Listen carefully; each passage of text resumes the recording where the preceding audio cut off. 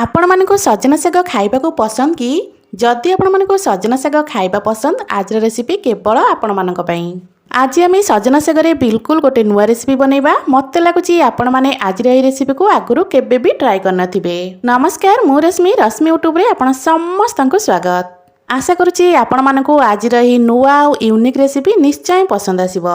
एबे चलंतु स्टार्ट करबा आज रेसिपी। ये देखि परथिबे अल्प सजना साग को मु भल भाबरे बाछि नेछि। एबे ई साग को भल से धुआ धुई करनबा।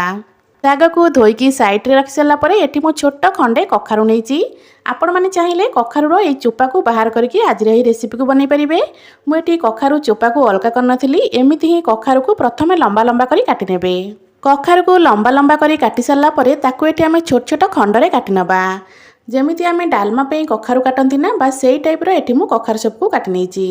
आज रेसिपी को आपण माने कोठू देखुचंती कमेंट करी निश्चय जणेबे। तो ये देखि परथिबे सबु जका कखारु को काटि सारा परे कखारु को रखि नबा साइड रे।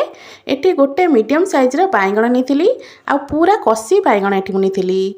तो एबे चलंतु एई बाइगण को मध्य सेम प्रोसेस रे बड़ बड़ खंडरे आमे काटि नबा। कखारु बाइगण को काटि सारा परे ताको गोटे बड़ जगार दे दबा आ ताको थरेरु दुई थर परिका भल भाबरे धुआ धुई करनबा।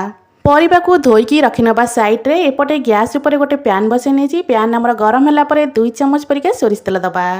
तेल टिके गरम हो सारा परे गोटे सुखिला लंका ता सहित हाफ चम्मच फुटण दबा।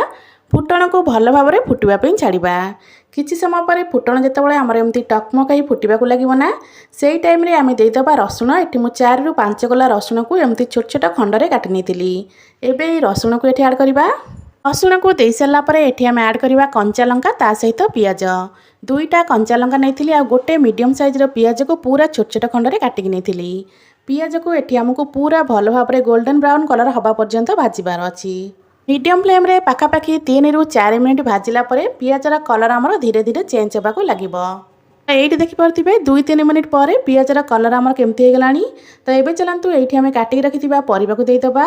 कखारु बाइगण को देई सारा परे आकु पियाज सहित टिके भल भाव में एपट सेपट करी गोळै नबा। टिके समय आकु एपट सेपट करी गोळै सारा परे एबे एठी हमें ऐड करबा स्वाद अनुसार लूण। गैस फ्लेम को सेमिति ही मीडियम रखिथिबे। लूण देई आकु आउ थरे आमे टिके गोळै नबा। एठी मु कहि रखुची जदि आपण मानको आज रेसिपी भल लगे वीडियो को लाइक करिवे, शेयर करिवे। जदि आपण माने मो चैनल ने नुआ अछंती ताले प्लीज चैनल को सब्सक्राइब निश्चय करनेबे। सबु जिनस को एठी मु भल भाव में मिसई नेची। एबे चलंतु आकु आमे कवर करनबा। गैस फ्लेम को बिल्कुल लो करनबा। 3 रु 4 मिनिट पर्यंत भल भाव में सिझिबा पई छाड़िबा। 3 रु 4 मिनिट पर एबे चलंतु कवर काढिबा। तो ये देखि परथिबे बाइगण आ कखारु हमर एठी पूरा नरम हे गलानी। तो कखारु एठी हमर पाखापाखि 50% भला सिझि जाइछि। तो एठी मु चेक करके आपण मानको देखौछि। तो ये देखि परथिबे कखारु पाखापाखि 50% भला एठी सिझि जाइछि। आउ 50% हमर आगो को कखारु भल भाव में सिझि जिवो। तो ये कखारु बाइगण पाखापाखि 50% भला सिझि जाइछि। बे एई जगह रे आमे देई दबा धोईकी रखिथिबा सजना साग को। सजना साग को देला बळे गैस रा फ्लेम को सेमिति ही मीडियम रखिथिबे, हाई करिवेनी।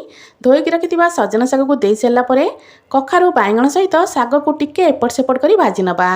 पाखापाखि 1 रु 2 मिनिट पर्यंत आकु टिके एपट सेपट करी भाजी नबा। साग को 1 रु 2 मिनिट आकु एपट सेपट करी भाजी नेले सागटा हमर टिके नरम हे जिवो। ता सहित सागर कंचा स्मेलटा मध्ये हमर पळैबो। तो ये साग को मु पाखापाखि 1 रु 2 मिनिट हे एपट सेपट करी भाजी नेछि। तो ये देखि परथिबे साग हमर पूरा नरम हे आसलानी। साग जेतेबेले एमिति नरम हे आसीबो एई जगह रे आमे ऐड करबा मुढ़ी गुंड। तो ये मु अल्प मुढ़ी को ग्राइंडर जार रे देकिना पूरा गुंड कर नेछि। एई रेसिपी रे पाखापाखि 3 रु 4 चम्मच भलिया मु मुढ़ी गुंड दउछि।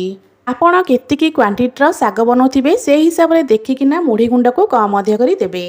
मोर एतिकी साग पई 4 चम्मच मुढ़ी गुंड परफेक्ट रहइबो। तो मुढ़ी गुंड दे सारा परे साग सहित मुढ़ी गुंड को टिके एपट सेपट करी मिसई नबा। तापरे आमे एठी पानी ऐड करबा। तो पानी गोटे छोट कप रे मु हाफ कप परिका पानी देइथिली। तो जेहेतु मुढ़ी पानी को टिके सोक करबो सेति पे मु एठी हाफ कप पानी देइथिली। पानी दे सारा परे गैस रा फ्लेम को किछि सेकेंड पई आमे हाई करनबा। गैस रा फ्लेम को हाई रखिकी आकु एपट सेपट टी करनबा। तापरे गैस रा फ्लेम को बिल्कुल लो करनेबे। लो फ्लेम रे आकु आमे कवर करनबा। कवर करके 3 रु 4 मिनिट पर्यंत छाड़िबा। 3-4 मिनिट रे हमर कखारु साग सब पूरा भल भाव में सिझि जिवो। तो ये देखि परथिबे सब जिनस को मु भल भाव में मिसई नेछि। एबे चलंतु आकु कवर करके 3 रु 4 मिनिट पर्यंत छाड़िबा। 3-4 मिनिट पर एबे चलंतु कवर काढिबा। तो ये देखिपे शाग आमर पूरा नरम हो गलानी ताने शाग ये पूरा भल भाव में सीझी जाइए आउ कखारु बैगण सबू बहुत बढ़िया भाव में सीझी जाइए सबू जिनस एमती सीझीगला ये अल्प नड़िया कोरा देदेबा नड़िया कोरा देकिना आपको भलसे मिसई नवा। आपण मैंने आगुरी केबे मुढ़ी दिया यही सागर रेसिपी बनई कि नहीं कमेंट करी निश्चय जनइबे। तो नड़िया दे सारापर या भल भाव में मिसई नौची 1 ରୁ 2 मिनिट या एपट सेपट कर मिसई सारापर तो ये आमर प्रस्तुत हो गला मुढ़ी गुंड दिया सजना सागर स्वादिष्ट रेसिपी। आपण मैंने ये साग को जो बनाऊे ना गरम गरम खाइबे यहाँ बहुत बढ़िया लगी है पखाड़ भात हो कि गरम भात सबुथिरे बढ़िया लगे खाइबापी। तो आशा करुँची आपण मानक आज साग रेसिपी निश्चय पसंद आसथिबो। पुणी आसबि गोटे नुआ रेसिपी नहीं से पर्यंत रहूची। नमस्कार, जय जगन्नाथ।